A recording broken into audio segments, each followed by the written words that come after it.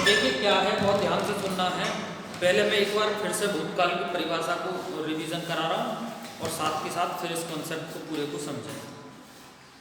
भूतकाल की परिभाषा है क्रिया का वह रूप जिससे किसी काम के पीछे के या बीते हुए समय में होने का बोध हो, वहाँ भूतकाल होता है। यानी कि क्रिया का वह रूप जिससे किसी काम का बीते हुए समय में होने का बोध होता है, वहाँ भूतकाल होता है, या कह सकते हैं भूतकाल की परिभाषा। लेकिन चूंकि हमारा पहला चूंकि भूतकाल के भेद जो होते हैं स्टूडेंट, वो 6 होते हैं। क्लियर? ये हमें क्लियर याद होना चाहिए, कई बार फैक्ट के रूप में सीधा परीक्षा में देखने को मिलेगा। सबसे पहला होता है सामान्य भूतकाल। इसकी परिभाषा क्या है, जरा ध्यान से सुनेंगे। क्रिया का वह रूप जिससे किसी काम का, यहां तक वही परिभाषा, बहुत ध्यान से सुनिए। क्रिया का वह रूप जिससे किसी काम का बीते हुए समय में होने का बोध हो, यहां तक भी वही परिभाषा है ना, वही सेम। लेकिन साथ के साथ इतना याद रखना, लेकिन उसके निश्चित समय का बोध ना हो, निश्चित समय का बोध ना हो कि वो काम कब हुआ है, तब वहां सामान्य भूतकाल होता है। ये परिभाषा है सामान्य भूतकाल की। जैसे फॉर एग्जाम्पल, लड़की ने खाना खाया। ये बात सही है स्टूडेंट कि लड़की ने खाना खाया, यानी कि काम हो चुका है। और अगर काम बीते हुए समय में हुआ है तो वो भूतकाल की श्रेणी में आता है। और अगर भूतकाल की श्रेणी में आते हुए हमें उसके निश्चित समय का बोध ना हो, जैसा कि मैंने अभी उसमें भी बताया, डेफिनेशन में भी, निश्चित समय का अगर बोध नहीं है तो वो याद रखना, वो हमेशा किस श्रेणी में आएगा, सामान्य भूतकाल की श्रेणी में आएगा। जैसे कि अन्य एग्जाम्पल लेंगे, रमेश ने अखबार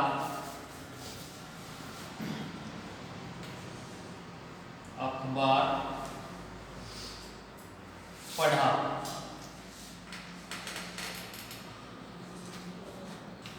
रमेश ने अखबार पढ़ा। यहां आप देख रहे होंगे कि रमेश ने अखबार पढ़ा, क्रिया हो चुकी है, लेकिन क्रिया भूतकाल हो चुकी है तो इसलिए भूतकाल है। क्लियर? दूसरा स्टेप, हो चुकी है, भूतकाल है, लेकिन निश्चित समय का बोध नहीं है। और निश्चित, जहां जैसे कि मैंने बताया स्टार्ट में ही, क्रिया का वह रूप जिससे क्रिया के किसी काम का, क्रिया का वह रूप जिससे किसी काम का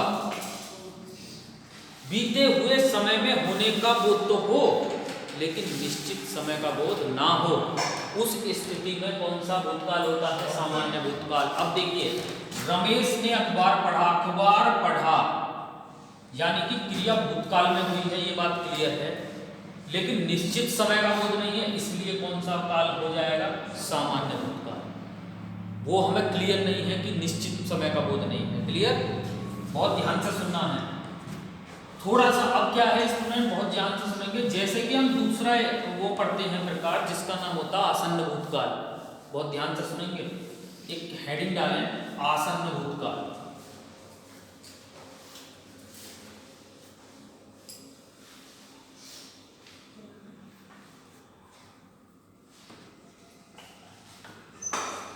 स्टूडेंट, आसन्न भूतकाल में और सामान्य भूतकाल में बहुत जरा सा अंतर है। अगर आप उस कीवर्ड को समझ गए ना, मैं कह रहा हूँ बिल्कुल भी किसी कीमत पे भी परीक्षा में क्वेश्चन गलत नहीं हो सकता। और मैं ये भी कहता हूँ, अगर नहीं समझे ठीक से तो गलती भी इन दोनों में से ही ज़्यादा होने की संभावना होगी, क्योंकि सेम ही है, बहुत जरा सा अंतर होगा। अब सीधी सी बात है, अगर हम दूसरा इसका भेद देख रहे हैं आसन्न भूतकाल का, तो स्टूडेंट ये तो बात क्लियर है कि क्रिया भूतकाल में ही होगी, क्योंकि हम भूतकाल के वेद पढ़ रहे हैं। ऐसा नहीं है कि क्रिया वर्तमान में हो जाएगी, ऐसा नहीं है क्रिया भविष्य में होगी, क्रिया भूतकाल में ही होगी, लेकिन अंतर किसका होगा, आसन्न वाला। कैसे पहचानेंगे, बहुत एक एक तथ्य को ध्यान से सुनेंगे। इसकी परिभाषा क्या है, पहले परिभाषा केवल सुननी है, मैं अभी बाद में लिखूंगा, लेकिन फिलहाल सुनें। क्रिया का वह रूप जिससे किसी कार्य का बीते हुए समय में होने का बोध हो, यहां तक वही परिभाषा है बिल्कुल, लेकिन साथ ही साथ वह क्रिया, ऐसा मान के चलिए कि वह क्रिया हाल ही में समाप्त हुई है, यानी कि वह क्रिया रिसेंट में ही समाप्त हुई हो, यानी कि क्रिया का वह रूप जिससे किसी कार्य का बीते हुए समय में होने का बोध हो, लेकिन क्रिया रिसेंट में, यानी कि जब ही कुछ समय पहले ही समाप्त हुई हो, अभी कुछ समय पहले ही समाप्त हुई हो, तो उसे क्या कहेंगे, वह आसन्न भूतकाल की श्रेणी में आता है। एक पॉइंट हमेशा याद रखना है इस विषय में, वस्तु को बहुत अच्छी तरीके से, अगर सामान्य भूतकाल के वाक्य में, अगर सामान्य भूतकाल के वाक्य में अगर आप है लगा दें, बहुत ध्यान से सुनिए मैं क्या कह रहा हूं, तो वो आसन्न भूतकाल बन जाता। कितना बेहतर है, बहुत छोटा सा अंतर है और आंसर में भी अंतर हो जाएगा। जैसे कि ध्यान से सुने, मैंने लिखा है रमेश ने अखबार पढ़ा, यहां तक सामान्य भूतकाल है, और अगर मैं इसी वाक्य को रमेश ने अखबार पढ़ा है, रमेश ने अखबार पढ़ा है, अब आप देखिए कि बिल्कुल मैंने क्या किया है, मैंने कुछ नहीं किया है, सामान्य भूतकाल के वाक्य में सिर्फ है लगाया है। स्टूडेंट इस बात को दिमाग में बैठा लेना है, और ये विषय वस्तु में नोट में भी लिखाऊंगा। यदि सामान्य भूतकाल के वाक्य में है लगा मिल जाए तो वो आसन्न भूतकाल हो जाता। देखिए, रमेश ने अखबार पढ़ा, सामान्य भूतकाल, क्रिया हुई बीते हुए समय में हुई, लेकिन किस समय हुई इस बात का मालूम नहीं, इसीलिए क्या है, सामान्य भूतकाल। रमेश ने अखबार पढ़ा है, क्रिया हुई बीते हुए समय में हुई, लेकिन हाल ही में। क्लियर, यानी कि दिमाग में ये बात बैठा लेना है कि यदि सामान्य भूतकाल के वाक्य में आपको है लगा दिख जाता है तो कौन सा काल हो जाएगा, आसन्न भूतकाल।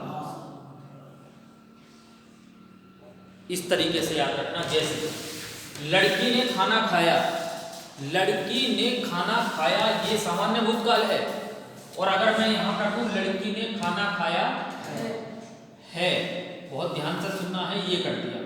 अब स्टूडेंट ये क्या हो गया, अब स्टूडेंट ये सामान्य भूतकाल ना होकर क्या हो गया, ये आसन्न भूतकाल हो गया। क्लियर, ये दोनों फैक्ट एकदम दिमाग में अच्छी तरीके से हो जानी चाहिए, ताकि एक एक चीजें बेहतर लेना है। मैं पुनः इन दोनों परिभाषाओं को अच्छी तरह दोहरा रहा हूँ, बहुत ध्यान से सुनेंगे। सामान्य भूतकाल की परिभाषा है क्रिया का वह रूप जिससे किसी कार्य का बीते हुए समय में होने का बोध होता है, लेकिन निश्चित समय का बोध नहीं होता, वहां सामान्य भूतकाल होता है। आसन्न भूतकाल, क्रिया का वह रूप जिससे किसी काम का बीते हुए समय में होने का बोध हो, या बोध होने के साथ साथ वह क्रिया अभी कुछ समय पहले ही पूर्ण हुई हो, अभी क्रिया कुछ समय पहले ही पूर्ण हुई हो, उसे क्या कहा जाता है, आसन्न भूतकाल कहा जाता है। नोट में ये बात हमेशा याद रखनी, नोट पॉइंट यानी कि विशेष वस्तु, विशेष महत्वपूर्ण पॉइंट ऐसा कह सकते हैं। यदि सामान्य भूतकाल के वाक्यों में है लग जाए तो वो आसन्न भूतकाल बन जाता है। फॉर एग्जाम्पल, लड़की ने खाना खाया, सामान्य भूतकाल, लड़की ने खाना खाया है, आसन्न भूतकाल। रमेश ने अखबार पढ़ा, सामान्य भूतकाल, रमेश ने अखबार पढ़ा है, आसन्न भूतकाल। क्लियर दोस्तों, वीडियो को लाइक और शेयर करना ना